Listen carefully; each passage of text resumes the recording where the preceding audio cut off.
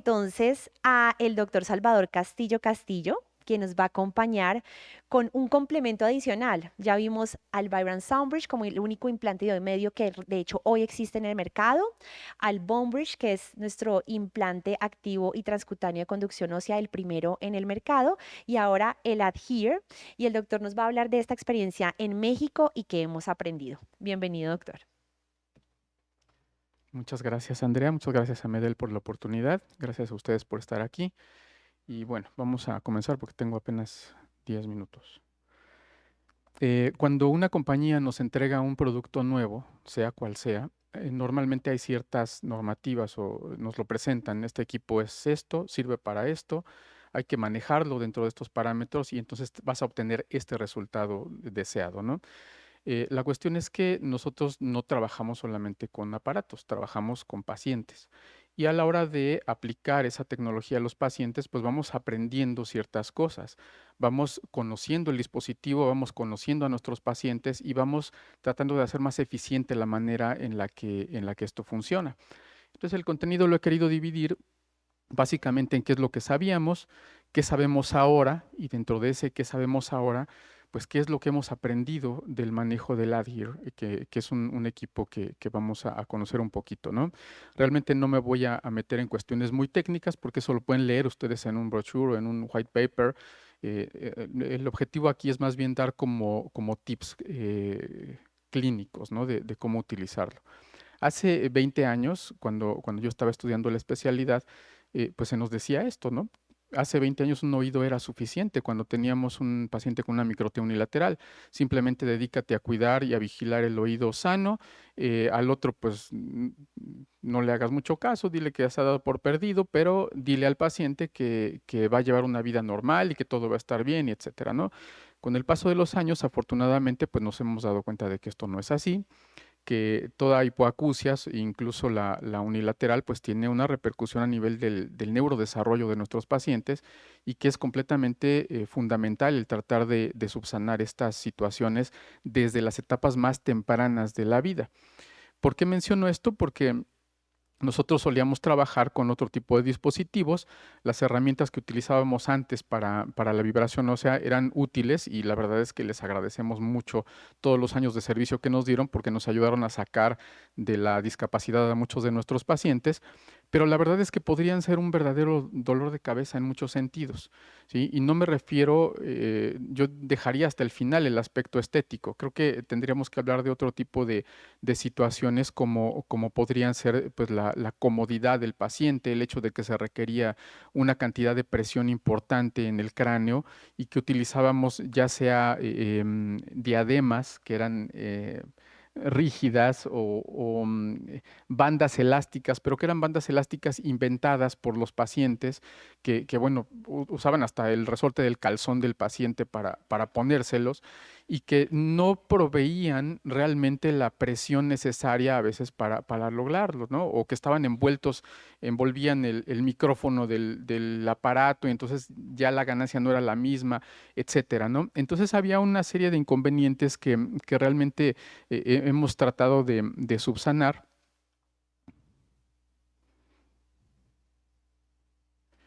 y que en la actualidad pues tenemos bibliografía que nos habla de que desde el punto de vista funcional, estrictamente funcional, pues el Adhere es una alternativa mucho mejor que estas diademas y bandas elásticas anteriores, pero también al compararlo con algunos dispositivos, específicamente, por ejemplo, con el Baja 5, con el SoundArc, y pues la verdad es que la ganancia es muy parecida o incluso mejor en algunas frecuencias para el Adhere. ¿Qué sabemos desde que llegó el Adhere? Pues que su utilidad depende mucho de los criterios de prescripción que utilicemos para administrarlo a nuestros pacientes. El objetivo principal, indudablemente, pues son los usuarios con hipoacusia conductiva, ya sea uni o bilateral. Hay criterios de adaptación muy específicos y en este caso, pues sí hay que remitirse a esto. Hablamos de que la vía ósea en el oído afectado, pues tendría que estar, pues máximo en 25 decibeles. de umbral. Si pasa de 25 decibeles, pues tendríamos que pensar en otro tipo de alternativas y no en esta, ¿no?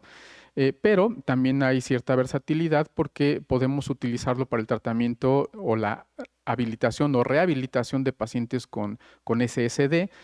Y aquí también hay que respetar cierta normativa porque el oído sano debería tener umbrales de vía ósea normales, en tanto que el oído afectado pues debería tener los umbrales por arriba de 70 decibeles. Si nosotros de entrada no respetamos estos criterios de adaptación, pues ya llevamos las de perder, ¿no? ¿Qué más sabemos? Pues que nos ha provisto de comodidad porque no requiere, a diferencia de los dispositivos previos, no requiere de la presión que se requería para emitir esta estimulación adecuada.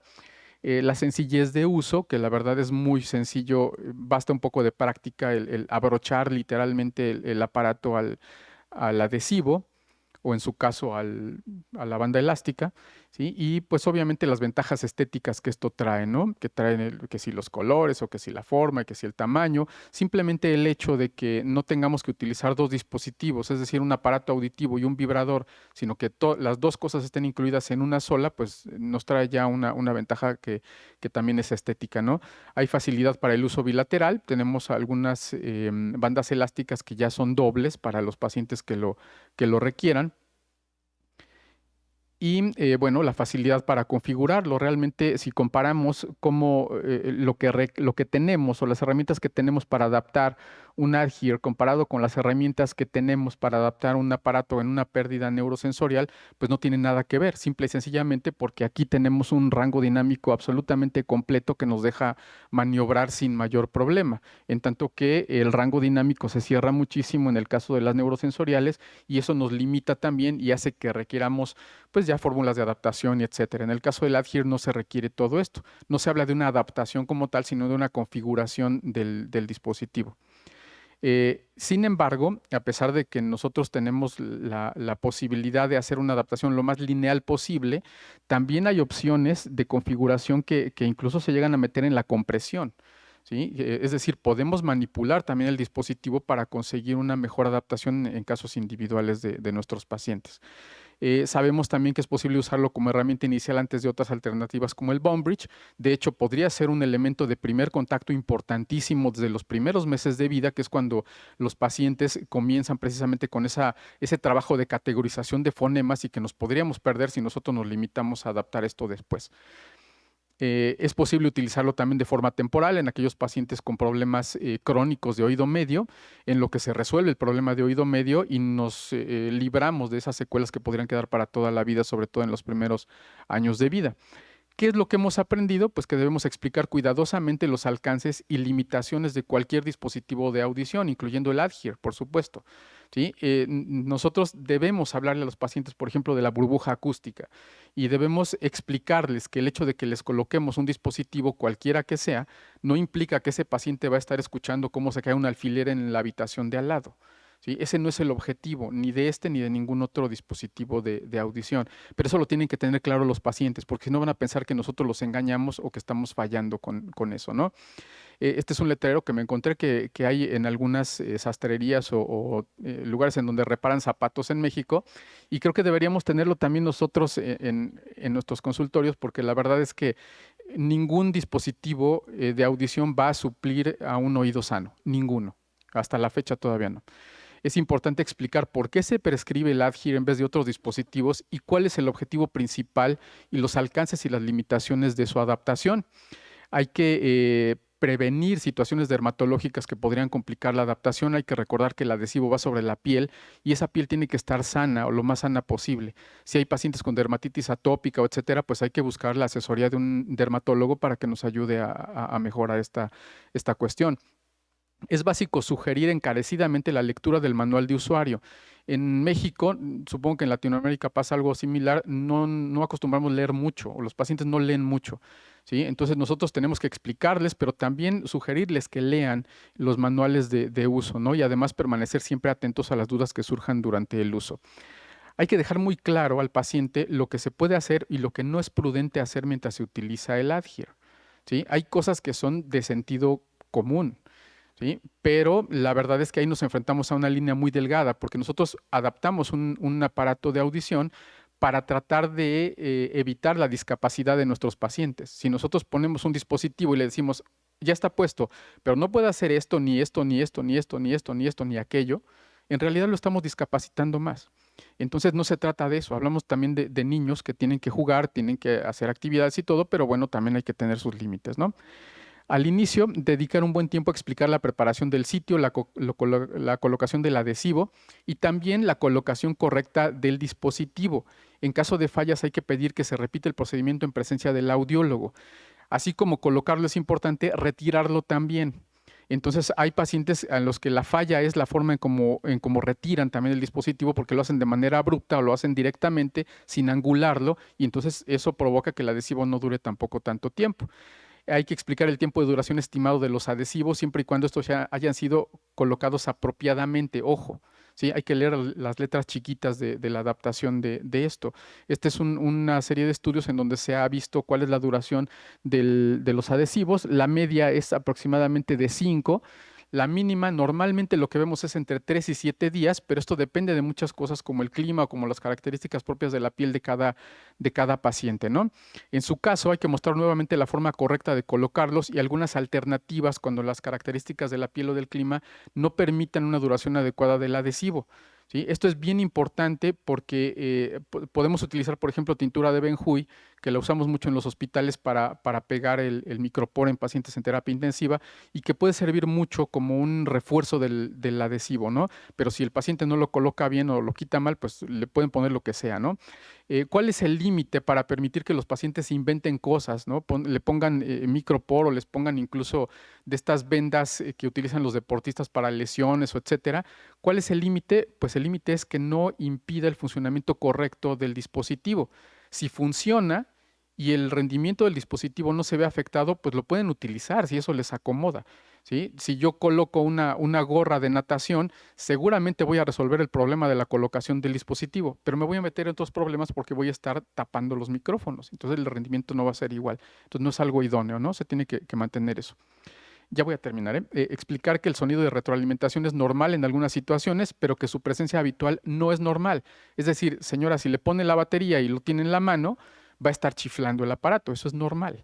Pero si lo tiene puesto el paciente, no hay nada cerca y el paciente está quieto, no hay ninguna situación que pudiera estarlo provocando y está chiflando, significa que a lo mejor no colocamos bien el dispositivo o el adhesivo y hay que recolocar. ¿Sí? Explicar que sin la debida oclusión del conducto auditivo en el caso de los padres de familia, porque luego nos llaman, oiga, ya me puse el Adgil para probarlo y no se oye nada. Pues no, porque no está realizando el efecto de oclusión. ¿Sí? Entonces a los papás, cuando un normoyente prueba un dispositivo de estos, es importantísimo recalcarles que hagan el efecto de oclusión para que lo puedan probar. ¿Sí? En caso de que se utilicen programas, hay que explicar de qué se tratan, porque el 4, por ejemplo, está en mute. ¿Sí? Y si el paciente por error le cambia, etcétera, va a estar sin escuchar nada a pesar de que lo esté utilizando. ¿Sí? Aprovechar todas las propiedades del dispositivo. El seguro de baterías, por ejemplo, es importantísimo, o el seguro para la ropa para que no se caiga. Y bueno, pues hay que enseñar a los padres a utilizarlo, pero debemos nosotros mismos conocer todos los detalles del dispositivo. Yo los invito a que ingresen a la Academia de Medel. Ahí hay mucha información, hay webinars y hay material que pueden ustedes consultar perfectamente. ¿Sí? La experiencia de uso a nivel internacional desde el punto de vista funcional no está a discusión y pues podemos decir que es una excelente opción para la habilitación o rehabilitación temporal o permanente de patologías conductivas o mixtas. ¿Sí? Digo mixtas, me atrevo a decir mixtas porque en el sentido estricto hablamos de 25 decibeles de umbral de vía ósea, lo cual implica que ya hay cierta sensorialización, aunque vamos a adaptarlo principalmente para conductivas, ¿no? Bueno, hay que realizar una prueba antes de prescribir el aparato, sobre todo en el caso de las hipoacusias unilaterales, es muy importante. Y hay que mencionar también que cuando duran poco tiempo los adhesivos, en muchas ocasiones se debe a que los pacientes no están colocando bien o no se están tomando el tiempo de colocar bien los adhesivos. Es básico respetar los criterios de prescripción y las indicaciones de uso, y yo les sugiero que en caso necesario pongan al paciente ahí en el consultorio a que en ese momento coloque uno de los adhesivos de la forma en como lo hace normalmente. Ahí se van a dar cuenta de que mucha gente no lo hace bien o no espera los tiempos necesarios para que consolide el pegamento, y entonces vienen todos los demás problemas, ¿no? Pueden filmarlos. Yo dejo que me filmen, por ejemplo, cuando estoy poniendo el adhesivo, para que vean cómo es el procedimiento de todo esto. Muchísimas gracias. Muchísimas gracias, doctor Salvador. Esto resuelve bastantes de las dudas que incluso se estaban discutiendo cuando hablamos de procesadores. El Adhere es una solución maravillosa, y aunque requiere de este entrenamiento y requiere como de esta formación nuestra y de las familias, pues sigue abriendo estas opciones para los pacientes con pérdida auditiva.